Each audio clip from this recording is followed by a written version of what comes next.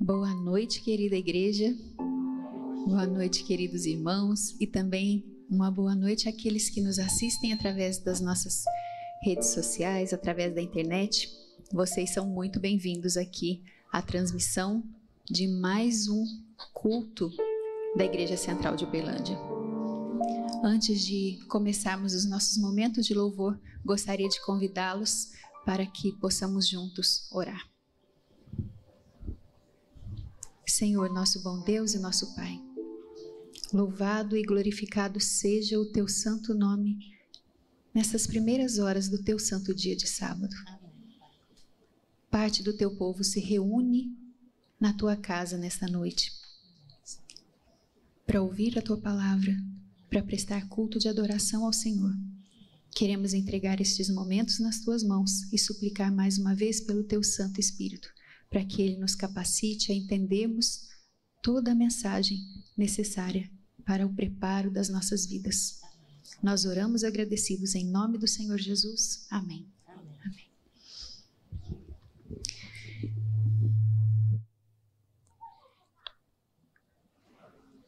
Isaías 66, verso 23, é um verso muito conhecido de todos nós. E acontecerá que toda a humanidade virá, se inclinará diante de mim e adorará a minha pessoa, desde uma festa de lua nova a outra, e de um sábado a outro sábado. E é sobre isso que nós cantaremos agora, Dia de Esperança.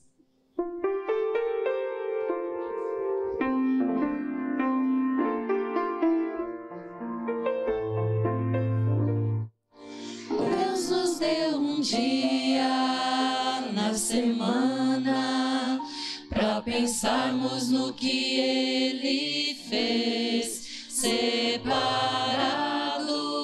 abençoado, santificado, dia de louvor, dia lindo, escolhido como verdadeiro memorial.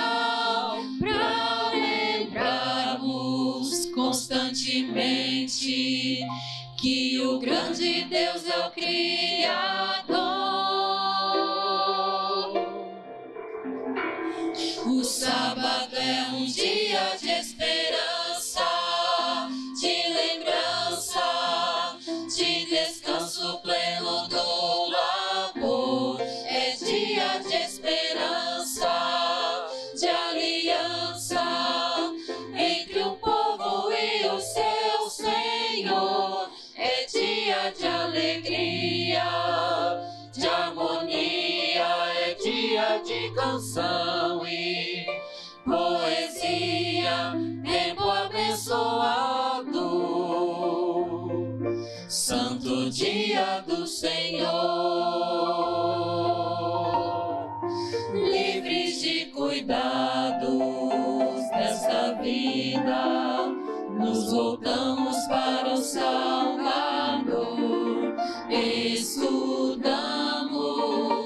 a palavra, aprendemos mais do seu amor. Neste dia tão precioso,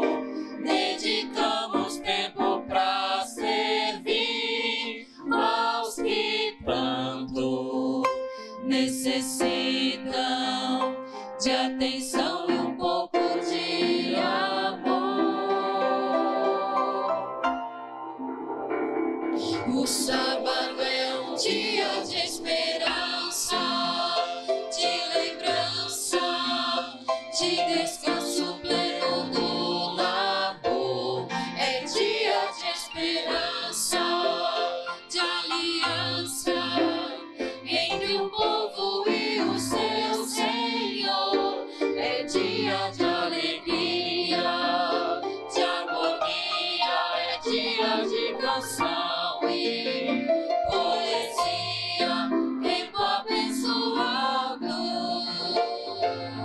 santo dia do Senhor.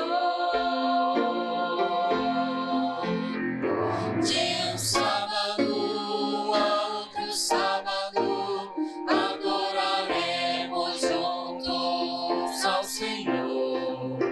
Na terra renovada por toda a eternidade, exaltaremos seu amor. O sábado é um dia de esperança, de lembrança, de descanso pleno do labor. É dia de esperança, de aliança entre o povo e o seu Senhor. É dia de alegria, de harmonia, é dia de canção e poesia, tempo abençoado, tempo consagrado, tempo incomparável, santo dia do Senhor. Amém. O livro de Efésios, capítulo 6, versos 10, 11 e 13, também são versos muito conhecidos por todos nós. Diz assim: concluindo, fortalecei-vos no Senhor e na força do seu poder. Revesti-vos de toda a armadura de Deus para poderes ficar firmes contra as ciladas do diabo. E o verso 13 diz assim: por esse motivo, vesti toda a armadura de Deus, a fim de que possais resistir firmemente no dia mau. E havendo batalhado até o final, permanecereis inabaláveis, sem retroceder. Amém? Esse é o poder que Deus nos coloca à disposição. O poder de vencer todo o mal, em nome de Jesus. Ó cristãos, avante, hino 344.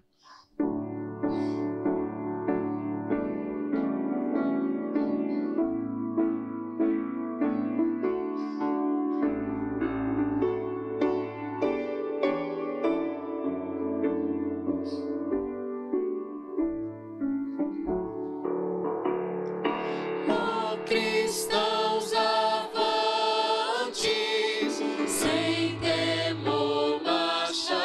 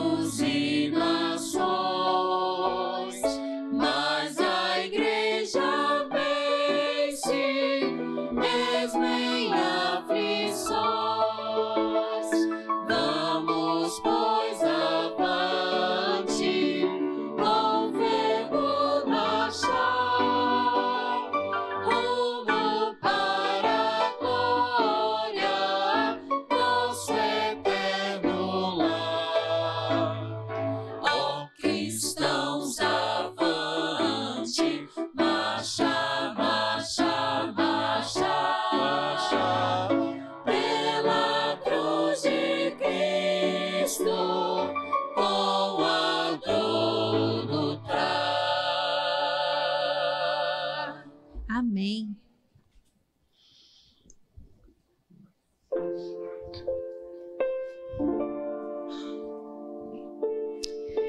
Isaías 25, versos 8 e 9, nos diz assim: extinguirá a morte de uma vez por todas.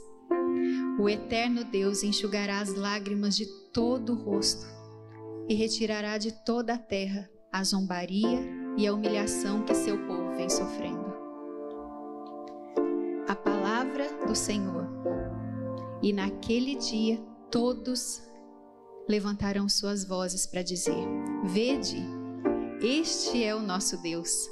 Nele esperávamos nós, certos de que nos salvaria.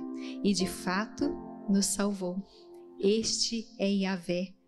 Nós depositamos nele toda a nossa confiança. Exultemos e regozijemo-nos na sua magnífica salvação. Amém? Que versos maravilhosos.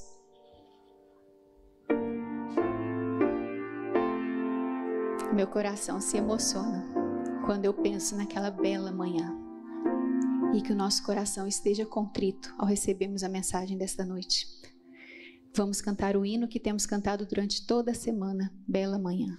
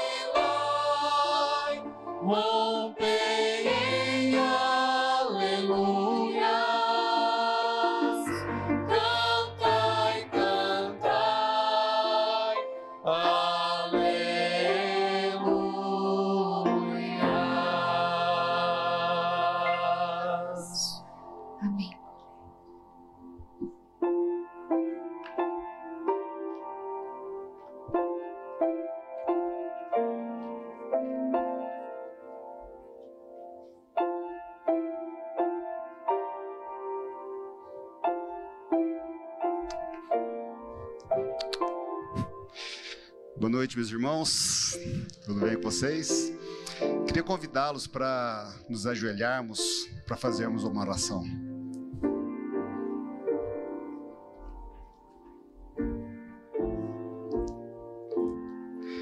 Pai Santo que estás nos céus, nós queremos te agradecer por mais esse dia, Senhor. Esse dia chuvoso, uma chuvinha gostosa. Queremos te agradecer também por ela. Vem, Senhor, nos abençoar a nossa igreja. Queria pedir uma oração especial também para a Natália, que está enferma agora. Venha, Senhor, ser o médico dos médicos e abençoá-la, Senhor, para que ela se recupere logo e logo esteja entre nós. Quero também pedir oração pelo nosso pregador, que ele fale não suas palavras, mas fale as palavras que vêm de Ti, Senhor. Muito obrigado por tudo, obrigado por esse sábado que está começando, que esse sábado possa ser um sábado abençoado. São essas bênçãos que eu te peço e agradeço por Jesus. Amém, Senhor. Amém.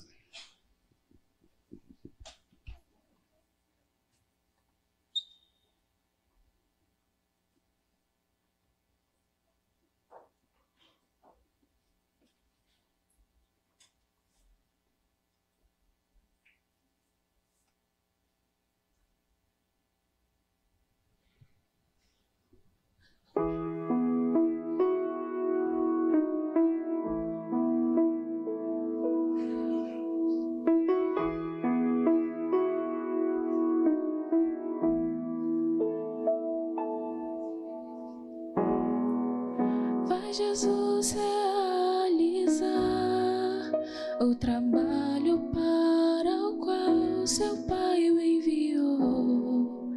Ele veio para curar, ele veio perdoar, veio entre nós brilhar sua luz.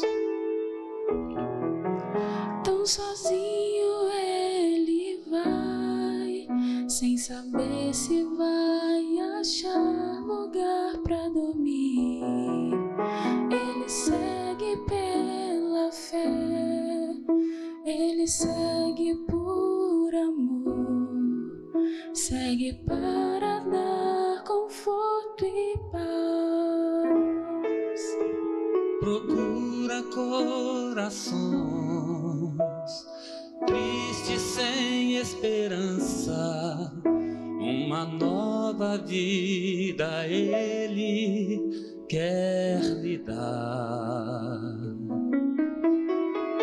Uma vida por amor. Foi aqui meu mestre viveu.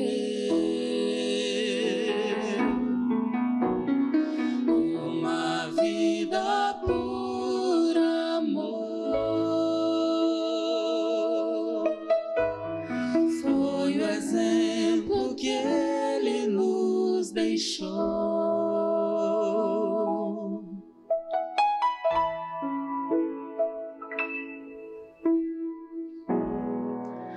Vai Jesus realizar o trabalho para o qual seu Pai o enviou. Ele veio nos mostrar a melhor maneira de viver, a maneira de servir a Deus. Veio aqui nos transmitir uma mensagem de esperança e salvação. Veio nos oferecer vida eterna lá no céu, onde dor não mais existirá. Não quiseram compreendê-lo, rejeitado foi, mesmo assim muitas vidas transformou. Uma vida por amor. Foi aqui meu mestre viveu. Uma vida por amor. Foi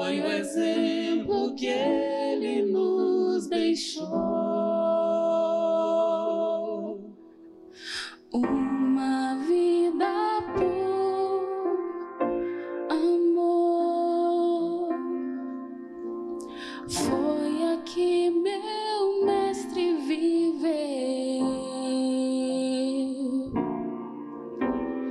uma vida por amor.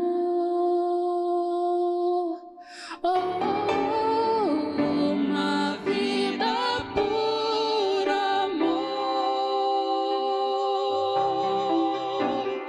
Foi aqui meu mestre viveu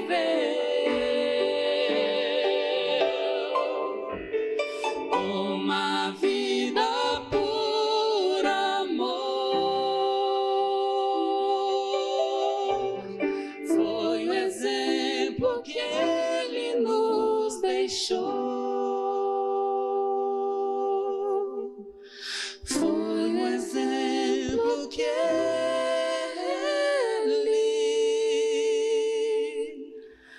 nos deixou.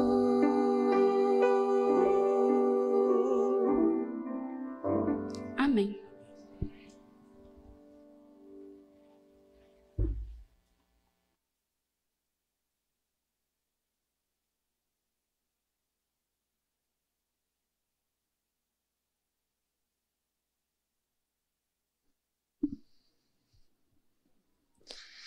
Muito boa noite.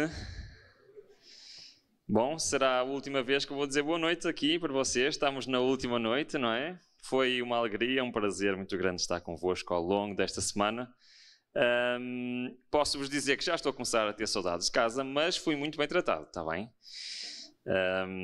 Muito obrigada pela vossa hospitalidade e obrigada por termos a oportunidade de estudarmos juntos a Palavra de Deus. E temos feito aqui uma aventura pelo capítulo 13 de Apocalipse. É claro que fomos também a outros locais, mas toda esta semana foi baseada então no capítulo 13 de Apocalipse. E hoje vamos terminar esta caminhada, esta viagem, ok, pelos eventos finais. O tema de hoje é a ressurreição especial. É um evento muito importante que faz parte dos eventos finais. Mas para lá chegarmos, vamos ter que dar uma volta um bocadinho grande, está bem? Por isso eu hoje, vocês têm sido muito pacientes comigo, ok? Hoje vou pedir a vossa paciência, porque vamos dar uma volta muito grande, mas vamos chegar lá, está bem? Pode ser? Por vezes seria muito mais simples mostrar um texto que explica tudo, está bom?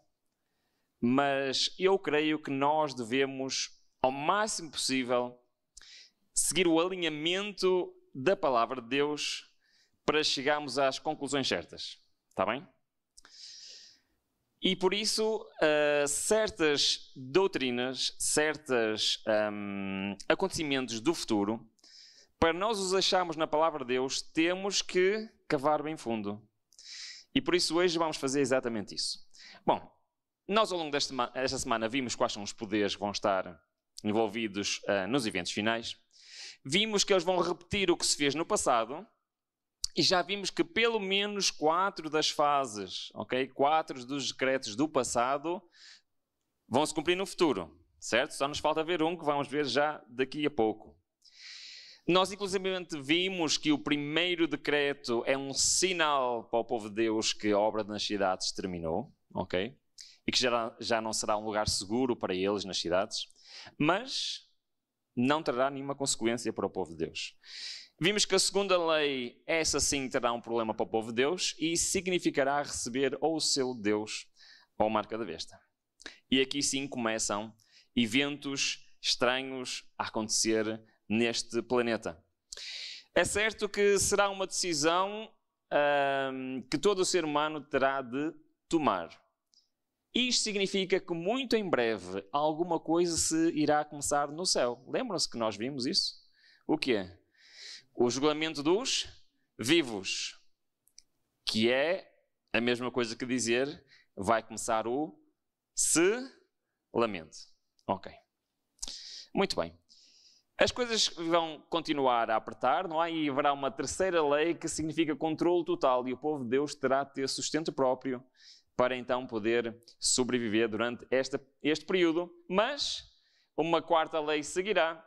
autoridade total e pena de prisão para aqueles que insistirem continuar a não cumprir as leis dos homens. Mas, como no passado, não vai ficar por aqui. E a profecia que nós vamos agora estudar é exatamente Apocalipse 13, 15. O que é que nos diz? E foi-lhe concedido que desse espírito à imagem da besta, para que também a imagem da besta falasse, e fizesse com que fossem mortos todos os que não adorassem a imagem da besta. Esta é a última lei dominical. Tem um nome, normalmente é dito de decreto de morte, ok? E é exatamente isso. Mas, ao contrário das outras leis que nós tivemos aqui a ver, esta nunca será executada. Ok? Certo? Mas vamos ver. Diz no grande conflito o seguinte: quando o decreto promulgado por vários governantes da cristandade contra os observadores dos mandamentos lhes retirar a proteção do governo, abandonando-os aos que lhe desejam a destruição, o povo de Deus fugirá das cidades e vilas e reunir-se-á em grupos, habitando nos lugares mais desertos e solitários. Muitos encontrarão refúgio na fortaleza das montanhas. Semelhantes aos cristãos dos vales do Piemonte, nos lugares altos da terra, farão santuários, agradecendo a Deus pelas fortalezas das rochas. Eu não sei se aqui alguém já teve o privilégio de estar no norte da Itália, lá no Vale de Piemonte. Eu quero vos dizer que é incrível imaginar, estar lá e imaginar eles naquela gruta lá nas montanhas, um lugar de muito difícil acesso, ok? Só para vos dizer que nós tivemos 2 horas para gravar um take de menos de 1 minuto lá dentro, ok? Porque é muito difícil estar várias pessoas lá dentro a filmar aquela entrada tão difícil. Mas o que é certo é que há um relato dos valdenses que me surpreende. Sabem o que é que dizem? O que é que diz a história? Que eles nunca se queixaram. Nunca. E eles davam graças a Deus por terem aquela gruta onde podiam adorar ao Senhor, que era a sua igreja. E visitar aquela gruta, eu digo-vos, irmãos,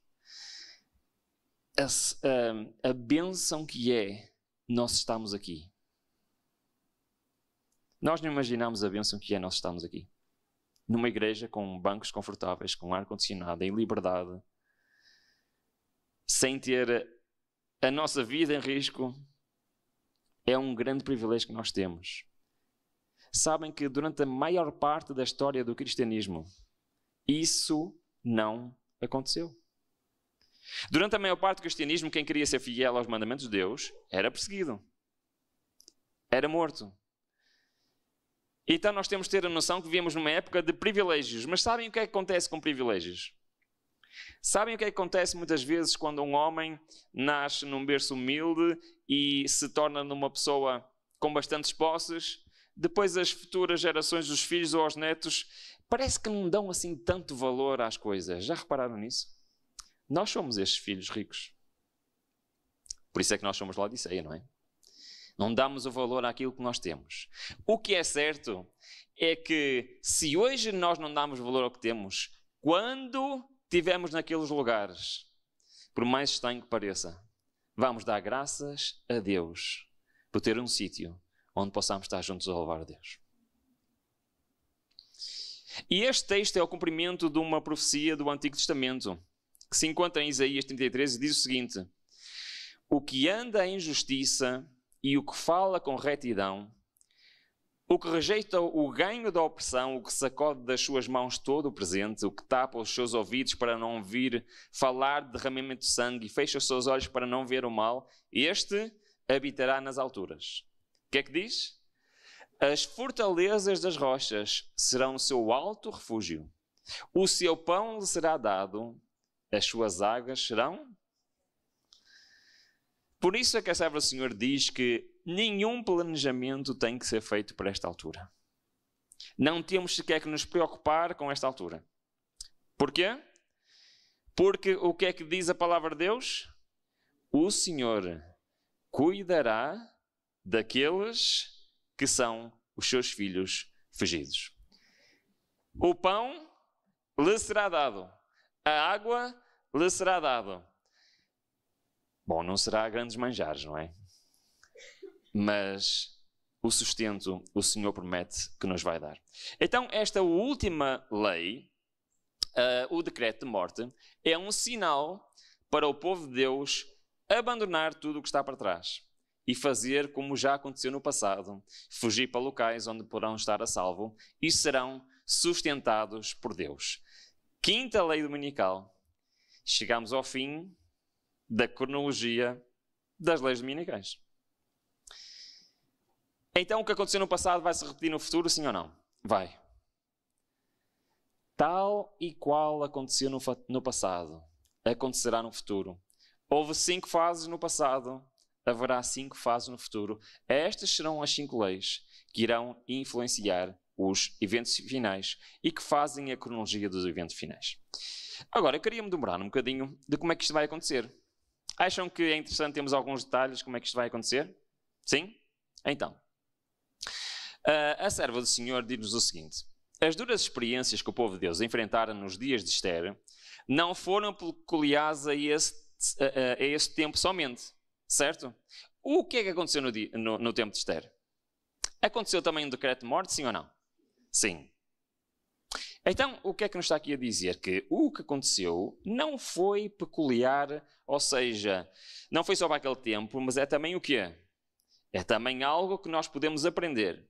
O revelador, olhando para os séculos no fim do tempo, declarou: o dragão irou-se contra a mulher e foi fazer guerra ao resto da sua semente, os que guardam os mandamentos de Deus e têm o testemunho de Jesus Cristo. Quem são estes? Vimos na quarta-feira.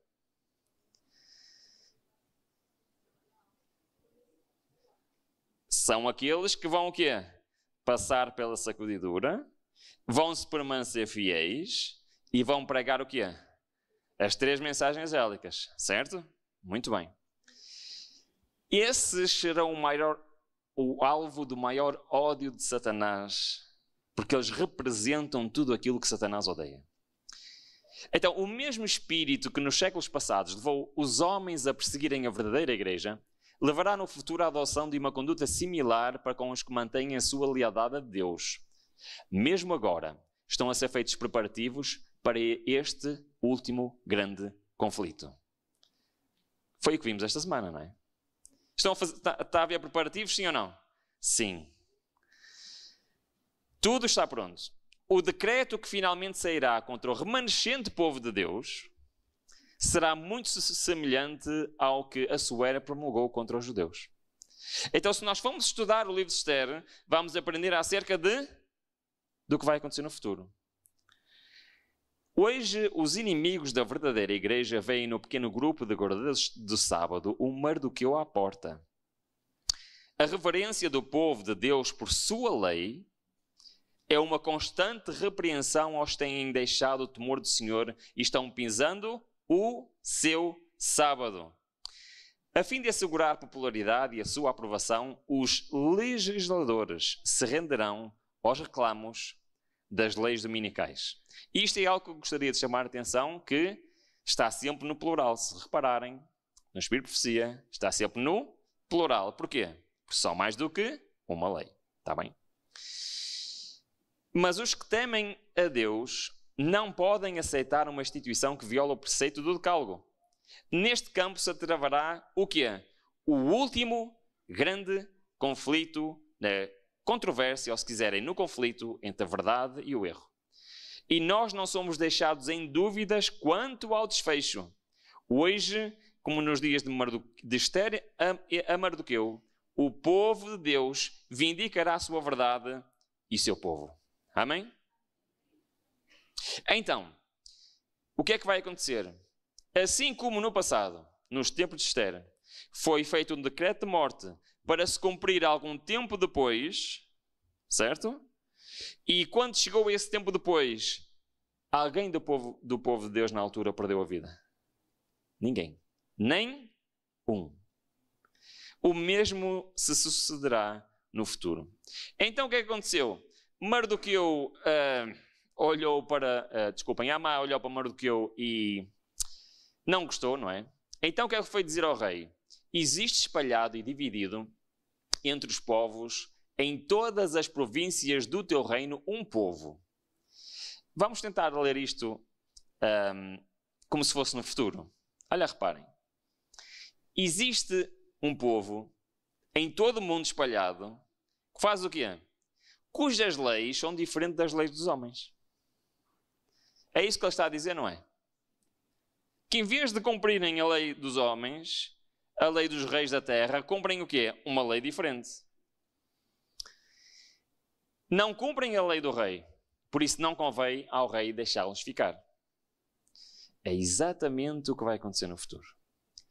Se bem parecer ao rei, decrete-se que os mate. E eu porei nas mãos dos que fizerem a obra 10.000 talentos de prata, para que entrem nos tesouros do rei. Então haverá um incentivo financeiro por trás também? Haverá. Já hoje existe um incentivo financeiro por parte dos argumentos que vão servir para a instituição das leis dominicais. Não sei se vocês sabem, mas muitas empresas já são penalizadas se não cumprirem com as metas do aquecimento global, ok? Já existe, isso já existe. É incentivo financeiro. Então tirou o rei e voltámos à mesma história, não é? Logo do início. E o que é que ele pegou? No anel sinete para fazer o quê? Promulgar uma lei. E deu a Amã, filho de Amazdata, Agagita, adversário dos judeus. Então chamou os escrivões, e agora reparem o que é que ele selou com o selo do rei. Uma lei de decreto de morte. Quando é que ele fez isto? Quando? No primeiro mês, dia 13. Okay? Imaginemos que seria, o nosso calendário seria no dia 13 de janeiro. Tá bom? E quando é que se iria cumprir o dia para a execução? E enviaram-se as cartas por intermédio dos correios a todas as províncias do rei para que destruíssem, matassem e fizessem perecer a todos os judeus, de jovem até ao velho, crianças e mulheres, em um mesmo dia. Quando? 13 do 12º mês. 12º é o quê, já agora? É o mês número?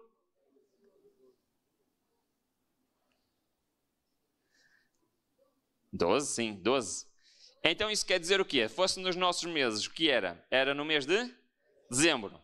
Então seria do dia 13 de janeiro ao dia 13 de dezembro. Quantos meses são do dia 13 de janeiro ao 13 de dezembro? 11 meses. Ok? Então foi exatamente isto que aconteceu. Assinaram uma lei e 11 meses depois a lei tinha que ser executada. Certo? Então o que é que vocês acham? Acham que no futuro poderá ser algo deste género? Sim? Vamos tentar ver se isto bate certo com as profecias, ok? Será que também no futuro teremos uma lei assinada para ser executada 11 meses depois? É interessante, não é? Foi exatamente assim que aconteceu. Ora, vocês acham que as datas estão lá por acaso? Que interesse tem para aquela história que estejam lá exatamente as datas? Não bastava dizer para que algum tempo depois. Mas está lá exatamente o quê? O dia de que foi assinado. Está lá exatamente o dia em que ia ser executado. Isto se calhar quer dizer que se calhar estas datas são importantes. Têm alguma relevância. Pois bem, então nós temos um período de 11 meses lá no livro de Esther. Mas quando chegou ao final dos 11 meses, o que é que aconteceu? Sucedeu exatamente o contrário. Em vez de ser destruído o povo de Deus, foram destruídos os inimigos do povo de Deus. Então, mais uma vez, nós podemos ter a certeza absoluta que no tempo do fim, na data marcada para a execução do decreto de morte, o que é que vai acontecer? O povo de Deus vai ser salvo e quem vai ser destruído? Os inimigos do povo de Deus, certo? Estamos em sintonia? Ok. Então agora vamos continuar onde deixámos ontem. Ontem estávamos a falar das pragas, lembram-se? Sim? Mas fizemos uma pausa nas pragas para falarmos do aquecimento global. E não acabamos a história das pragas. Sabem porquê? Porque quando nós estudamos as pragas, e lembram-se que nós vimos estas primeiras 4, mas ainda existem mais 3, certo? E não temos tempo para ver isto em detalhe, mas basicamente e resumidamente, a 5ª praga é a Babilónia é atingida pelas pragas. A 6ª praga é seca o rio Eufrates. O que é secar o rio Eufrates? Lembram-se que Babilónia estava onde? A besta que saiu do mar, isso significa o quê? De um local que tem muitas pessoas. Ou seja, se o rio seca, quer dizer o quê? Quer dizer que as pessoas vão descobrir que estavam a ser enganadas. E agora reparem se isto não tem lógica. Reparem. Lembram-se dos argumentos que nós vimos ontem que são o quê? Os argumentos que vão usar são verdadeiros, mas o que é que era falso? A solução. Agora digam-me, tudo está a acontecer, o que é que as pessoas vão achar? Que foram enganadas. Então, quando termina o apoio popular à Babilónia, que é a 6ª praga, o que é que vocês acham que vai acontecer a seguir? É exatamente a 7ª praga, o que é? Destruição de Babilónia, que depois é explicada nos capítulos seguintes, e a destruição final. Perceberam? Sim? Reparem se não tem lógica. As pessoas descobrem que estão a ser enganadas e vão destruir quem? O povo de Deus? Não. Porque eles nesta altura vão descobrir o quê? O povo de Deus estava certo. E aqueles que os enganaram é que serão destruídos. Então isto é igual à história de Esther, sim ou não? É igual à história de Esther. Isto é muito interessante porque exatamente ali, no final da 6ª praga, temos o dia em que o decreto vai ser executado, mas em vez de ser executado o decreto, quem vai ser destruído? Babilónia. É a mesma história que Esther. Agora, isto é muito interessante, sabem porquê? Porque a Bíblia diz aproximadamente quanto tempo vai demorar as pragas. Encontra-se em Apocalipse 18 e diz o seguinte: quando ela se gloriou, em delícias esteve, tanto lhe dai de tormento e pranto. Ou seja, precisamente na altura em que tudo estava a correr bem, ok?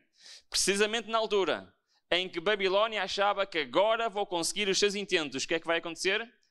Pois ela diz em seu coração: estou assentada como rainha, não sou viúva, de modo nenhum verei o pranto.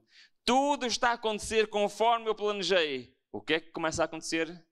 Por isso, num mesmo dia virão as suas pragas, a morte e o pranto e a fome, e será consumida pelo fogo, porque forte é o Senhor Deus que a julga. Então, um ano em profecia, um dia em profecia é um ano. Então o que está a dizer é que dentro de um período, dentro de um ano, ou seja, quase um ano, o que é que vai acontecer? As pragas e a queda de Babilónia. Certo? Até aqui, estamos bem? Sim? Muito bem. Então, 11 meses é menos de um ano, certo? Então parece que está a bater mais ou menos aqui. Mas a Bíblia também diz quanto tempo vai demorar a destruição de Babilónia, a 7ª praga. Diz, em Apocalipse 18 também, e os reis da terra que fornicaram com ela e viveram em delícias, a chorarão e sobre elas prantearão, quando virem a fumaça do seu incêndio, estando longe pelo temor do seu tormento, dizendo: ai, ai daquela grande cidade de Babilónia, aquela forte cidade, pois quê? Pois em 1 hora veio o seu juízo. E 1 hora quanto tempo é? 15 dias. É interessante, não é? 1 hora são 15 dias. Então a 7ª praga vai durar quanto tempo? 15 dias. E está dentro da profecia de 1 ano, certo? Mas é interessante que a Bíblia também diz outra coisa em Apocalipse 17. Também diz que o período em que tudo está a correr bem, antes de começarem as pragas, em que o mundo inteiro vai dar os braços à Babilónia e condenar à morte o povo de Deus, e em que tudo parece estar a correr bem, como vimos aqui no versículo anterior, está tudo a correr bem. E o que é que acontece quando está tudo a correr bem? Vêm as pragas. Também diz que esse tempo vai demorar. Vamos ler. Os 10 chifres que viste são 10 reis, os quais ainda não receberam o reino, mas receberão autoridade como reis por quanto tempo? 1 hora. Juntamente com a besta. Estes têm o mesmo intento, entregarão o seu poder e autoridade a quem? À besta. Então reparem, nós temos um período de 1 ano, temos um período de 15 dias, temos 8 períodos de 15 dias, e se juntarmos 11 meses, bate tudo certo ou não bate tudo certo? Bate. Então a mim parece-me que assim como no tempo de Esther, quando o decreto for assinado, será para ser executado quanto tempo depois? 11 meses. E expedir-se-á por fim um decreto quanto aos que santificam o sábado do 4º mandamento, denunciando-os como merecedores do mais severo castigo e dando ao povo liberdade para, depois de um certo tempo, quanto tempo? 11 meses, matarem-nos. Sabem, eu vou acabar a ler, depois eu falo. O romanismo no velho mundo e o protestantismo apóstata no novo adotarão uma conduta idêntica para com aqueles que honram todos os preceitos divinos. Este texto está-nos a dizer que o decreto de morte não vai ser só emitido nos Estados Unidos. E a grande força dos Estados Unidos vai ser apoiada por quem? O que é que diz ali? Os países da Europa. Isto é muito interessante porque nós vemos que neste momento no mundo existe um conflito entre o mundo ocidental e as outras partes do mundo, sim ou não? Mas o que é que a profecia diz? Quem será a autoridade que vai ditar as regras no tempo do fim? É qual? O mundo ocidental. Estados Unidos e a Europa. Então, por muito que nós possamos ver conflitos no mundo, a Bíblia já nos está a dizer uma coisa. O que é? Aqueles que vão ditar as regras dos eventos finais são os Estados Unidos em primeiro lugar e em segundo lugar a... E porquê que o texto diz assim? Reparem. Sabem que 10 reis normalmente é um símbolo para os países da Europa, certo?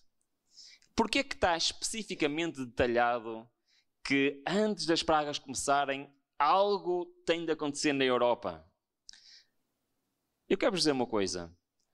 Eu acho, se eu não fosse cristão adventista do sétimo dia, e se não estudasse as profecias, eu não acreditava nesta profecia. Eu sou europeu, e para mim e para qualquer europeu é impossível conceber a ideia da pena de morte. Isso não existe na Europa. No pensamento do europeu, isto não existe. Nem sequer existe prisão perpétua na maior parte dos países na Europa. Não existe. E convencerem-me que a Europa vai voltar à pena de morte, eu digo-vos, tem que realmente algo de muito extraordinário acontecer. Mas a Bíblia é clara que os países da Europa vão se juntar e durante 1 hora tudo parece que está a correr bem, até que começam exatamente as coisas que eles dizem que estão a tentar proteger o mundo. Perceberam o que eu disse? Começa a acontecer as pragas, que é exatamente aquilo que eles dizem que vai acontecer se não fizermos nada. Isto é extraordinário porque nós temos que entender que a palavra de Deus está-nos a dizer isto, para que mesmo coisas que nos parecem impossíveis, nós tenhamos a certeza que vai mesmo acontecer. Sabem que todo este seminário que nós estamos a estudar esta semana surgiu de uma coincidência. surgiu-me de uma coincidência. Qual foi esta coincidência? É que eu tinha acabado lá no curso de Teologia, tinha acabado de fazer a disciplina de Apocalipse. Foi uma disciplina que eu gostei imenso, foi uma das minhas notas mais altas do curso. Eu tirei uma média de 98,9% nessa disciplina. Eu empenhei-me mesmo, eu apaixonei-me por profecia. Mas, simultaneamente a isso, eu fui estudar o quê? História do cristianismo. Ok? Estudei a história do cristianismo, da Igreja Cristã, desde o início até aos nossos dias. Ok? E, simultaneamente, aconteceu outra coisa. É que eu apercebi-me, já não me lembro porquê, que existem 2 livros que foram para mim fundamentais para este seminário existir. E eu acho que se calhar a maior parte de vós nunca ouviu falar desses livros. Chama-se assim: Comentário Exaustivo de Ellen White a Daniel e Apocalipse. Sabem porquê que provavelmente nunca ouviram falar destes livros? Primeiro, porque não há em português, só há em inglês. Segundo, porque já não é editado há quase 80 anos. Mas quando eu ouvi falar disto, eu quis ter aqueles livros, não é? Então o que é que acontece? Eu tinha acabado de estudar profundamente o livro do Apocalipse. Estava a estudar a história da igreja e simultaneamente tive o comentário exaustivo de Ellen White a Daniel e Apocalipse. Deu origem a este seminário. Sabem porquê? Vocês têm reparado no que eu tenho dito muitas vezes. Há 3 maneiras de estudar a profecia. Qual é? A Bíblia, a história e a profecia. Ok? E por coincidência, eu estava quase na mesma altura, em simultâneo, a estudar as 3 coisas. E foi assim que estas coisas começaram a ficar mais claras. O comentário exaustivo é incrível, sabem porquê? Tem Daniel e Apocalipse, versículo a versículo, e tudo o que o Espírito de Profecia fala de cada um daqueles versículos. E sempre que eu encravava em alguma parte da profecia, que a história não me ajudava, que a Bíblia não me ajudava, que a estrutura literária não me ajudava, eu ia lá e estava lá a resposta. E é interessante que, precisamente neste versículo, é esta a explicação que lá está nesse livro. Que os países do velho mundo vão se juntar ao novo mundo para apoiar o decreto de morte. Isto, nós podemos olhar e pensar, bom, realmente aproxima-se de tempos difíceis, mas eu quero vos dizer uma coisa. Normalmente as coisas que valem a pena são difíceis de atingir. Eu não sei se vocês sabem, mas as pessoas que vão passar por isto vão ter o maior privilégio da história deste universo. Sabem qual é o maior privilégio da história deste universo? É um mortal, pecador, não passar pela morte. Além disso, eles vão ser um grupo que quê? Que irão estar com Cristo e irá para onde Ele vai. É de facto um grupo extraordinário. Mas eu estou a divagar um bocadinho e o tempo está a avançar, não é? Vamos lá. O que é que vai acontecer de seguida? Alegra-te sobre ela, ó céus, e vós, santos apóstolos e profetas, porque já Deus julgou a vossa causa quanto a ela.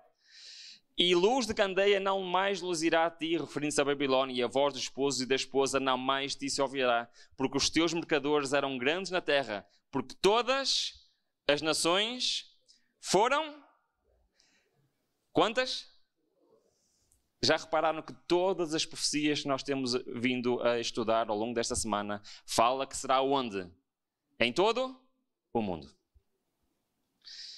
Mas a promessa é essa. O Cordeiro os vencerá, porque é o Senhor dos senhores e o Rei dos reis. Mas ele não vencerá sozinho. Vencerão também os que estão com ele, os chamados e eleitos e fiéis. Amém? Eu quero muito fazer parte deste grupo. Muitas vezes as pessoas pensam que o evento a seguir às 7 pragas é a segunda vinda de Cristo. Mas se nós olharmos bem para as promessas da Bíblia, e esta é uma delas, qual é que temos vindo a falar? Feliz é aquele que quê? Guarda as palavras deste livro. Mas se nós olharmos para as promessas da vinda de Cristo, aparecerá uma segunda vez para trazer o quê? Salvação aos que o guardam. Fala também que Cristo disse que voltarei e vos levarei para mim mesmo. Fala também que virá o Filho do Homem vindo nas nuvens com grande poder e glória. São as promessas da segunda vinda, sim ou não? São as promessas que enchem o nosso coração, sim ou não? O apóstolo Paulo diz, então, que quando Cristo voltar, os mortos em Cristo ressuscitarão primeiro. E juntar-se-ão a quem? Àqueles que estiverem vivos, aos 144 mil, para serem arrebatados com eles nas nuvens. Vamos falar dos 144 mil amanhã.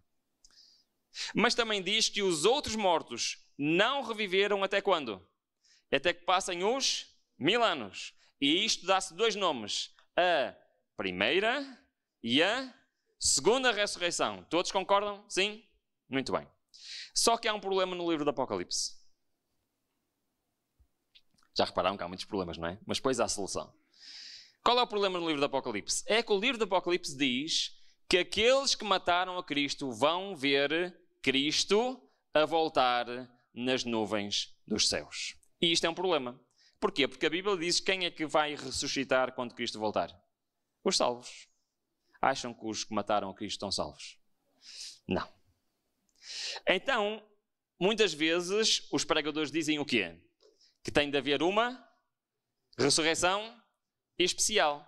Agora, a pergunta é, como é que pela Bíblia eu mostro que existe uma ressurreição especial e quem vai ressuscitar nessa ressurreição? Está bem?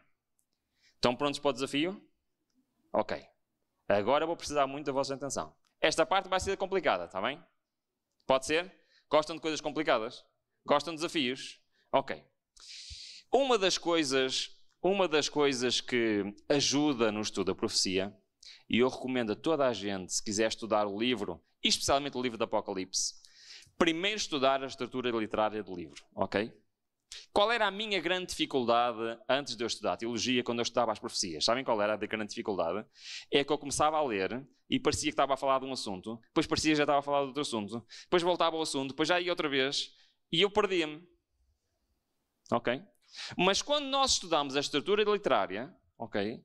Nós sabemos exatamente cada parte que corresponde a quê, ok? Uma das estruturas literárias do livro do Apocalipse é uma estrutura literária que está presente em muitos livros da Bíblia. Vocês já ouviram falar de certeza, chama-se quiasmo. Quiasmo é uma estrutura literária que era muito usado por Deus, ok? E tem um objetivo especial, era nos dar informações adicionais acerca do que o texto está a dizer. Não sei se já vos explicaram o que é um quiasmo, mas para facilitar, eu vou-vos mostrar que o livro do Apocalipse, todo o livro, é um único quiasmo. Está bem? Vamos lá rapidamente e vamos ver se vocês concordam comigo. Diz o seguinte, portanto, o livro do Apocalipse tem uma introdução, tem uma conclusão e tem 8 visões. As 8 visões são as 7 igrejas, 7 selos, 7 trombetas, 7 cenas do grande conflito, 7 últimas pragas, queda da Babilónia, segunda vinda, Nova Jerusalém. Se quiserem saber mais sobre isto, no meu canal Fé e Evidências tem Apocalipse Revelado, o primeiro episódio é só sobre estrutura literária, está bem? Cada visão do livro de João começa quando João diz assim, e vi, e está-se a referir a algo que se passa no céu, está bem? Todas as visões de João começam com uma cena primeiro de introdução que se passa no céu e depois a cena passa-se para a terra. Só que estas visões estão organizadas de uma forma muito interessante. É que elas estão organizadas em quiasmo. O que é que isto quer dizer? Quer dizer que a primeira visão, ou neste caso a introdução, está relacionada com a conclusão, a primeira visão está relacionada com a última, a penúltima com a antepenúltima e assim sucessivamente. Está bem? E agora nós vamos juntos estudar o quiasmo de Apocalipse. Pode ser? Vamos pôr lado a lado algumas expressões da conclusão e da introdução. Na introdução diz assim, testemunho de Jesus. Na conclusão diz Jesus, para vos testificar. Bem-aventurado o que lê, bem-aventurado o que guarda, eis que venho, eu sou o alfa e o ômega, sou o alfa e o ômega. O que é que vocês acham? A introdução e a conclusão estão relacionadas, sim ou não? Sim. Os termos são os mesmos usados. Então, e a primeira e a última visão? Na primeira visão diz que Jesus anda no meio dos 7 castiçais. Na última diz que Jesus é a sua lâmpada. Fala em árvore da vida, porta aberta, portas que não se fecham. Eis que venho sem demora, eis que cedo venho. Nova Jerusalém que desce do céu, Santa Jerusalém descia do céu. Jesus sentou no trono, com o Pai no trono, trono de Deus e do Cordeiro. O que é que vos parece? Já agora o que é que vocês acham em relação a isto? É interessante, não é? Mas o que é que vos parece? Estão relacionadas a primeira e a última visão, sim ou não? Sim. Então vamos continuar. Segunda e sétima, porta aberta no céu, céu aberto, cavaleiro em cavalo branco, seguido de cavaleiros com cavalos às cores, cavaleiro em cavalo branco, seguido de cavaleiros com cavalos brancos. Almas do mártires debaixo do altar pedem o julgamento, almas dos mártires nos tronos participam no julgamento. Vestidos brancos, reis generais pedem a morte, reis generais são mortos. O que é que acham? Estão relacionadas entre si, sim ou não? Sim. Vamos continuar. Terceira e quinta. As 7 trombetas com as 7 últimas pragas. Não sei se sabem, mas as 7 trombetas foram os julgamentos de Deus ao longo da história. As 7 últimas pragas vão ser julgamentos de Deus no futuro. Terra, mar, rio, fonte das águas, sol, trevas, rio, Eufrates, grande voz. O que é que vocês acham? A estrutura do livro do Apocalipse é incrível. Recomendo que estudem a estrutura do livro, que é realmente fantástica. Quarta e sexta. Mulher mãe vestida de branco, mulher mãe vestida de púrpura, besta com 7 cabeças e 10 chifres, besta com 7 cabeças e 10 chifres, mulher no deserto. Os seus filhos guardam os mandamentos de Deus, as suas filhas são prostitutas, testemunho de Jesus que é da Babilónia.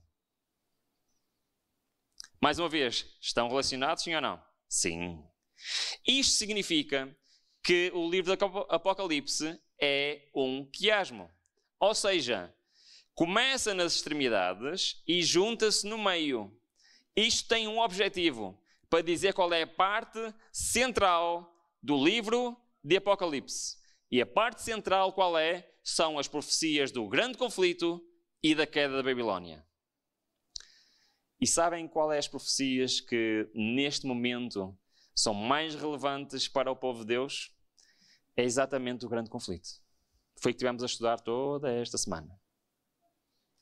Nós vivíamos no olho do furacão. No centro do livro do Apocalipse. Ora, muito bem. Ruben, o que é que isto tem a ver com a ressurreição especial? Nada. Tivemos só a ver um quiasmo. Porquê? Porque quando nós estudamos o livro de Daniel, também existem estruturas literárias lá. E no livro de Daniel, no capítulo 12, existe um quiasmo que nos mostra uma informação preciosa acerca da ressurreição especial. Está bem? Por isso, nós estivemos a ver o livro do Apocalipse, só aprendemos o que é um quiasmo. Agora vamos aplicá-lo no estudo de Daniel 12. Em Daniel 12 temos um quiasmo perfeito, ok? Ao contrário do livro do Apocalipse, que era um quiasmo duplo, e este é um quiasmo perfeito. E nós temos o centro do livro do Apocalipse, que é a segunda parte do versículo 7. Desculpem. Estou a tentar falar rápido, não é? Que o tempo está a passar. Sabem que um dislexo falar rápido, às vezes isto atropela um bocadinho. Então, o centro do quiasmo de Daniel 12 é a segunda parte do versículo 7. Tá bom? E nós vamos olhar para os vários versículos e ver se realmente é um quiasmo ou não. Porquê? Porque, por vezes, o quiasmo tem versículos que parece que estão a falar de assuntos totalmente diferentes. E porquê? Que é para nos dizer assim, olha, a explicação é esta. Perceberam? Então vamos analisar.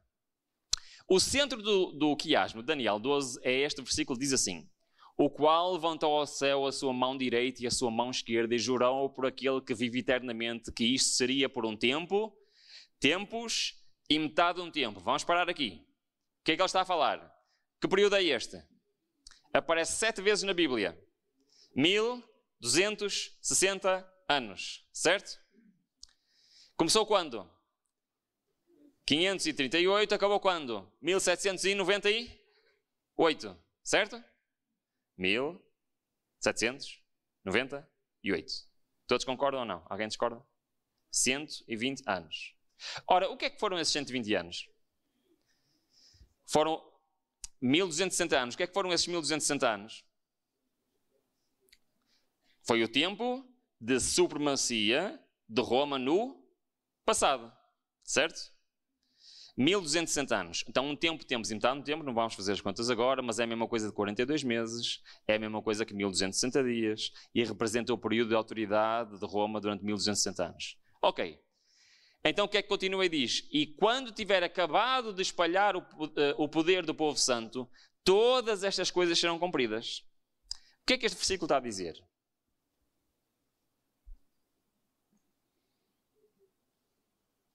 Está a dizer o quê? Durante 1260 anos o povo de Deus foi perseguido, houve uma autoridade e quê? E quando acabar este tempo, o que é que vai acontecer? Todas estas coisas vão ser cumpridas. Ou seja, a profecia de Daniel 12 refere-se a algo que tem que ser depois de que ano? 1798. Perceberam? O centro do capítulo está a dizer o quê? As coisas deste capítulo vão acontecer depois de 1798. Até aqui. Estamos bem? Sim? Ok. Então vamos continuar, vamos analisar o quiasmo. Vamos começar por comparar o versículo 5 e 6 com o 7 e 8. E diz o seguinte, do lado esquerdo 5 e 6, do lado direito 7 e 8. Diz que então Daniel, olhei e eis que estava em pé outros dois, um deste lado à beira do rio e o outro do outro lado à beira do rio. E ele disse ao homem vestido de linho, que estava sobre as águas do rio, qual será o fim destas coisas? Qual é a pergunta de Daniel? Quando é que isto vai acabar? E qual foi a resposta que nós vimos ao bocado? Depois de 1798. Muito bem. Do lado direito o que é que nós temos? E ouvi um homem vestido de linho que estava sobre as águas do rio. E eu, pois, ouvi, mas não entendi. Por isso eu disse, Senhor meu, qual será o fim destas coisas? Isto parece uma repetição ou não parece? Então, está relacionado um com o outro, sim ou não? Sim. Muito bem. Vamos continuar então, comparar o 4 com o 9 e diz o quê? E tu, Daniel, encerra estas palavras e cerra este livro até ao fim do tempo. Muitos correrão de uma parte para a outra e o conhecimento se multiplicará. E no 9 o que é que diz? E ele disse, vai, Daniel, porque estas palavras estão fechadas e seladas até quando? Ao tempo do fim. Parece uma repetição, não é? Parece que foi lá ao computador, fez copy, fez paste, ok? Copiou, colou e está. Porquê que existe isto? É para o reforço das ideias e para nos dar revelação profética. Está bem? Vamos continuar. Até aqui o quiasmo parece-vos bem? Sim? Então vamos comparar o 3 com o 10 e diz... Os que forem sábios, pois, resplandecerão com o fulgor do firmamento e os que a muitos ensinam a justiça como estrelas sempre eternamente. Do lado direito, muitos serão purificados, esbranquecidos e provados, mas os ímpios procederão impiamente. E nenhum dos ímpios entenderá, mas quem é que entenderá? Os sábios. Então está a falar dos sábios, está a falar daqueles que ensinam a justiça e do outro está a falar daqueles que procedem impiamente, está a fazer o contraste, e está a falar de que uns serão purificados e esbranquecidos e outros resplandecerão e serão como estrelas. Ou seja, está a reforçar as mesmas ideias. Até aqui, estamos bem? Então vamos continuar. E agora as coisas vão começar a complicar, está bem? Diz assim do lado esquerdo, reparem bem. E naquele tempo se levantará Miguel, o grande príncipe, que se levanta a favor dos filhos do teu povo. Qual era a pergunta de Daniel? Quando é que acabará estas coisas, certo? E ele está a explicar tudo o que vai acontecer, certo? Após 1798. Então ele diz que um dia, então, Miguel se levantará a favor de quem? Do seu povo. Haverá um tempo de angústia qual nunca houve. Isso também vai acontecer após 1798. Sim. Nós estudámos ontem sobre isto, não é? Eu hoje um bocadinho. Sobre este tempo de angústia. Desde que houve nação até aquele tempo. Mas naquele tempo livrar-se-á o teu povo todo aquele que se achar escrito no livro. Quando é que é isto, livrar-se-á? É quando? É no final do decreto de morte, certo? Então, basicamente, ele está a fazer aqui um resumo dos eventos finais. E do lado direito o que é que diz? Tu, porém, vai até ao fim, porque descansarás. E o que é que diz mais? E te levantarás na tua herança no fim dos dias. Então ele de um lado está a descrever os eventos, do outro lado está a dizer a Daniel o quê? Olha, tu não vais ver nada disto, mas não te preocupes, a tua herança está garantida. E quando Miguel se levantar, vai fazer o quê? Tu também te vais levantar. E continua o texto, e desde o tempo em que o sacrifício contínuo foi tirado e posta a abominação desoladora, haverá 1290 dias. Ok, esta nós não vamos estudar, mas vamos estudar a seguinte. O que é que vos parece? Estes assuntos estão relacionados, sim ou não? Sim. Então temos um quiasmo em Daniel capítulo 12, sim ou não? Sim. E porquê que é importante? Porque o texto que falta, quer do início, quer do fim, se estes estão todos relacionados, significa que o texto que falta também tem de estar relacionado. Perceberam? É para isso que serve estudar a estrutura literária. E então o que é que diz?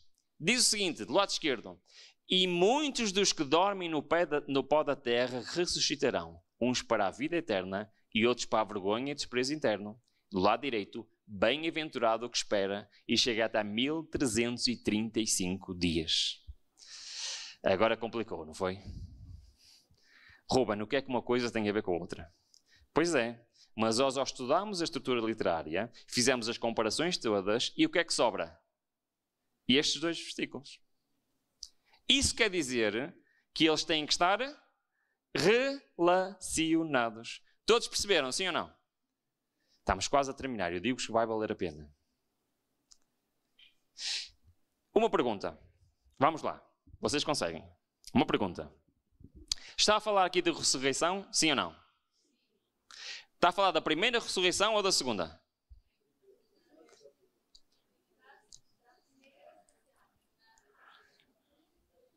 Porquê? Na primeira... Vamos lá, vamos ao contrário. Na segunda ressurreição, após os 1000 anos, quem vai ressuscitar? Todos os ímpios, certo? Certo, muito bem. Quando Cristo vier, vai levar para o céu quantos dos salvos? Todos. Certo? Todos os salvos. Os que estavam vivos e os que estavam mortos. Todos concordam. Mas este versículo diz: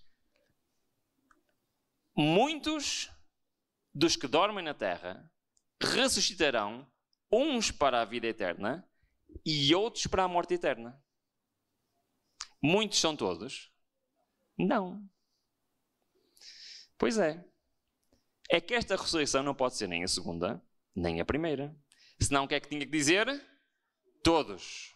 E não diz. Diz muitos. Então este versículo está a falar da ressurreição especial. E diz que nessa ressurreição especial vão se ressuscitar dois grupos. Uns para a vida eterna, outros para a morte eterna. Para a morte eterna nós já sabemos quem são, não sabemos? O que é que diz em Apocalipse 1:7? Os que trespassaram a Jesus. Muito bem. Só nos falta saber quem. Quem são os salvos que vão ressuscitar na ressurreição especial ainda antes da vinda de Cristo e antes da primeira ressurreição? Faz sentido? Faz. Então estes estão relacionados com a profecia dos 1335 anos. Segundo o quiasmo, Daniel 12. Até aqui, estamos bem? Agora falta saber o que é isto, não é? Bom, vamos rapidamente. Vamos avançar rapidamente. Diz o seguinte, este grupo nós já sabemos, aqueles que trespassaram a Cristo, mas o que nos interessa é saber quais são os muitos que vão ressuscitar para a vida eterna, que não são todos. A profecia dos 1335 anos sempre teve a mesma interpretação desde Guilherme Miller até hoje, está bem? Esta profecia iniciou em 508, ou seja, de acordo com aquilo que foram as contas de Guilherme Miller e que ainda é a posição oficial da Igreja Adventista, é que eles se estenderam por mais 45 anos em relação a 1295 do versículo anterior e que se estendeu até 1843, ok? Desculpem andar depressa, mas não é a data que interessa, é o significado.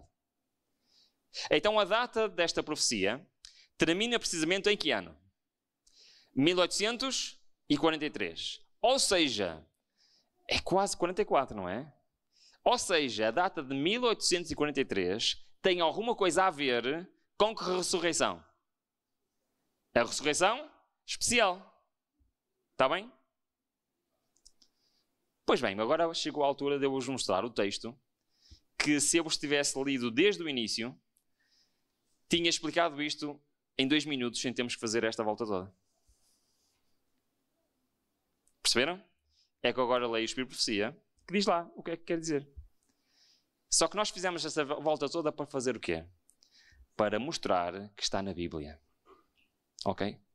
Está na Bíblia. A ressurreição especial está na Bíblia. E aqueles que vão ressuscitar está na Bíblia. E porquê que vão ressuscitar está na Bíblia. E agora vamos ler. 1843. Porquê? A mensagem do primeiro anjo veio com grande poder nestas cidades em 1842 e 43. Então, em 43 é chegado o quê? O tempo em que a mensagem do terceiro anjo deve ser proclamada. Então, o que é que começou pela primeira vez a ser proclamada em 1843? Qual mensagem? A do terceiro anjo. Certo? Então, qual é o evento de 1843? É que a terceira mensagem angélica começou a ser pregada. Oh, Ruben, mas o que é que isso tem a ver com a ressurreição especial? Tem tudo a ver com a ressurreição especial. Na descrição da 7ª praga que nós lemos ontem, eu propositadamente não li o resto da descrição. Porque nós estávamos a ler a descrição da 7ª praga, que há um grande terremoto, que a terra foi abalada, que o firmamento parece estar a abrir-se e a fechar-se, que ondas do mar vêm, em que ilhas desabitadas desaparecem, portos marinhos, águas enfurecidas. Lembram-se dessa descrição? Sabem qual é o evento a seguir à 7ª praga? É que vem logo a seguir na continuação deste texto, no grande conflito. Agora reparem o que é que diz. As grandes cidades são derribadas, o povo cativo será liberto. Lembram-se que eu li isto ontem? Ok? Mas de seguida o que é que diz? Abrem-se as sepulturas. E muitos, o que é que ela está a falar? Daniel? Muitos dos que dormem no pó da terra ressuscitarão, uns para a vida eterna e outros para a vergonha e desprezo eterno. É aquilo que estávamos a estudar, certo? Agora, o que é que isto é ressurreição especial? O que é que isto tem a ver com 1843? Quais são os 2 grupos que vão ressuscitar? São os que o trespassaram, os que zombaram e escareceram da agonia de Cristo, e os mais acérrimos inimigos da sua verdade e povo ressuscitarão para contemplá-lo em sua glória e ver a honra conferida aos fiéis e aos obedientes. Mas não há outro grupo. Qual é? Todos os que morreram na fé da mensagem do terceiro anjo. Perceberam a ligação? Pois é. Todos os que morreram desde 1843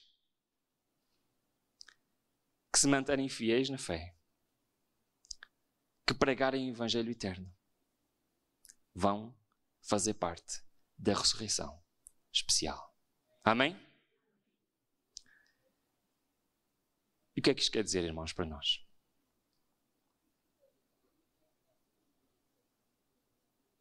Isto quer dizer que, se nós formos fiéis ao Senhor, independentemente de passarmos ou não pela morte, nós vamos ver Cristo voltar nas nuvens dos céus. Amém?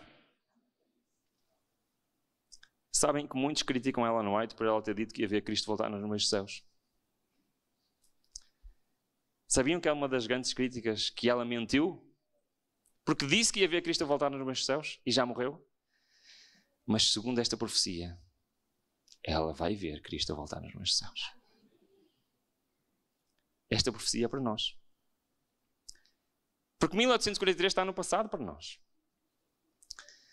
E Cristo está-nos a dar aqui uma promessa maravilhosa, irmãos. Nós estivemos a dar esta volta toda só para chegar a uma conclusão muito simples. Nós fazemos parte do povo que prega a terceira mensagem angélica. E se nós nos mantemos fiéis ao Senhor, não importa o que vai acontecer daqui para a frente, irmãos. A promessa de Deus é esta: tu vais ver Cristo a voltar nas nuvens dos céus. Amém? O Senhor é maravilhoso. É verdade que nós vivemos numa altura difícil. Mas eu quero vos dizer, Deus tem promessas maravilhosas para o seu povo. Feliz é aquele que guarda a palavra desta profecia. Vamos terminar com uma oração. Vamos nos levantar e agradecer ao Senhor tudo o que Ele faz por cada um de nós. Ó Pai, Deus Todo-Poderoso, estás mais altos dos céus. Obrigada por esta promessa maravilhosa, Senhor. Que todos os teus fiéis, Senhor, que pregam o Evangelho eterno, têm esta promessa maravilhosa que vão ver Cristo voltar. Esta promessa maravilhosa, Senhor, que tu deixaste escrito Daniel capítulo 12 e também no Espírito de Profecia, Senhor, para que nós não tenhamos dúvidas nenhumas o que é esta ressurreição especial e quão importante ela pode ser para cada um de nós. Ó Senhor, desde criança que eu tenho o sonho de ver-te vir nas nuvens dos céus. Mas agora eu tenho a certeza que se for fiel a ti, isto vai cumprir na minha vida. Ó Pai, tu és um Deus de amor. Obrigado pelo cuidado que tens por cada um de nós. Obrigado por te revelares a cada um de nós. Obrigado, Senhor, porque nos dás a certeza das tuas promessas, das tuas profecias. E tudo aquilo que estava na tua palavra, Senhor. Tu olhaste com misericórdia para o teu povo no tempo do fim e decidiste explicar ainda mais claramente para cada um de nós. Isso significa que tu nos amas e queres muito que estejamos contigo na vida eterna. Abençoa cada um destes meus irmãos que estão aqui comigo. Abençoa aqueles que estão a assistir em casa.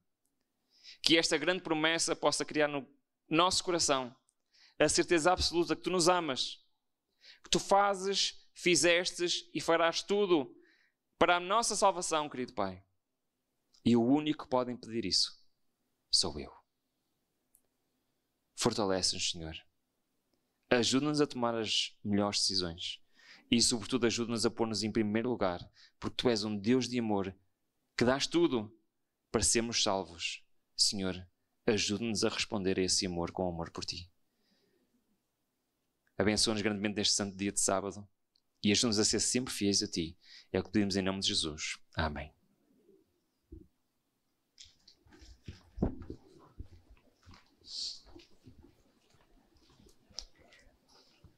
O próximo culto acontece amanhã, a partir das 9 horas. Aguardamos todos vocês para a Escola Sabatina.